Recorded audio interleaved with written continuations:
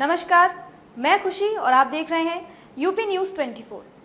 आइए नजर डालते हैं आज की बड़ी खबर पर। मोदी ने 10 वर्षों तक देश की आवाज को दबाया, इसलिए जनता ने चुनाव में उन्हें सजा दी, कांग्रेस का आरोप।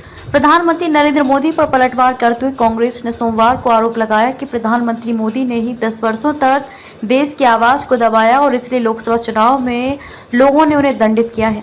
कांग्रेस की मीडिया एवं पब्लिसिटी विभाग के प्रमुख पवन खेड़ा ने कहा कि जिस व्यक्ति ने 10 वर्षों तक देश का गला घोंटा और उसकी आवाज को दबाया, वह आज विपक्ष द्वारा आवाज उठाए जाने पर बेहद कमजोर दिखाई दिया और आंसू बहाता दिखा। बहुमत वाली सरकार के पीएम नहीं मोदी, खेड़ा ने एक्स पोस्ट में कहा कि उन्होंने कहा कि विपक्ष ने 2.5 घंटे तक प्रधानमंत्री की आवाज दबाई। प्रधानमंत्री मोदी को ये याद दिलाना जरूरी है कि पिछले 10 वर्ष के उनके अन्यायपूर्ण शासन में पूरे देश का दम घुटता रहा, जिसकी सजा जनता ने उन्हें दी। खेड़ा ने कहा कि प्रधानमंत्री मोदी ये भूल गए हैं कि वह बहुमत वाली सरकार के प्रधानमंत्री नहीं है, बल्कि 2 दलों के समर्थन से चल रही राजग सरकार के 1/3 प्रधानमंत्री हैं। मोदी सरकार शब्द से बचना चाहे। कांग्रेस नेता ने कहा कि उन्हें मोदी सरकार शब्द का इस्तेमाल करने से ही बचना चाहिए और खुद को लोकतांत्रिक साबित करना चाहिए। खेड़ा ने नीट मामले का जिक्र करते हुए कहा कि प्रधानमंत्री नरेंद्र मोदी को ये याद दिलाना उचित होगा कि जब वह ये भाषण दे रहे थे तब सुप्रीम कोर्ट देश के 32 लाख छात्रों की आवाज दबाने और उनकी सरकार द्वारा उनके साथ किए गए अन्याय के विरुद्ध सुनवाई कर रहा था। हर घंटे 19 किसान व मजदूर लगा रहे फांसी। खेड़ा ने कहा कि जब आप अहंकार और झूठ से भरा भाषण दे रहे थे तो आपको ये बताना जरूरी है कि देश के 15 से ज्यादा अग्निवीर देश के लिए अपने प्राणों की आहुति देने का सपना दिल में लिए आत्महत्या करने को मजबूर हुए।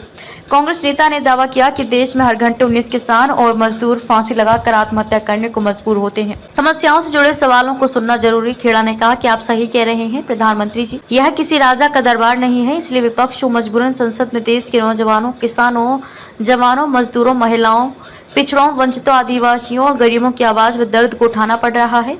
देश की आवाज उठाने के लिए आपको बार बार टोकना और रोकना हमारा संसदीय कर्तव्य है। आपको भी ये समझना चाहिए कि सब कुछ छोड़कर देश की तात्कालिक जरूरतों और समस्याओं से जुड़े सवालों को सुनना जरूरी है। खेड़ा ने कहा कि देश की संसद चलाइए। खेड़ा ने आगे कहा कि देश ने अब आपको अपनी बात कहने का तीसरा मौका दिया है। देश की संसद चलाइए, सेंगोल का राज दरबार मत बनाइए।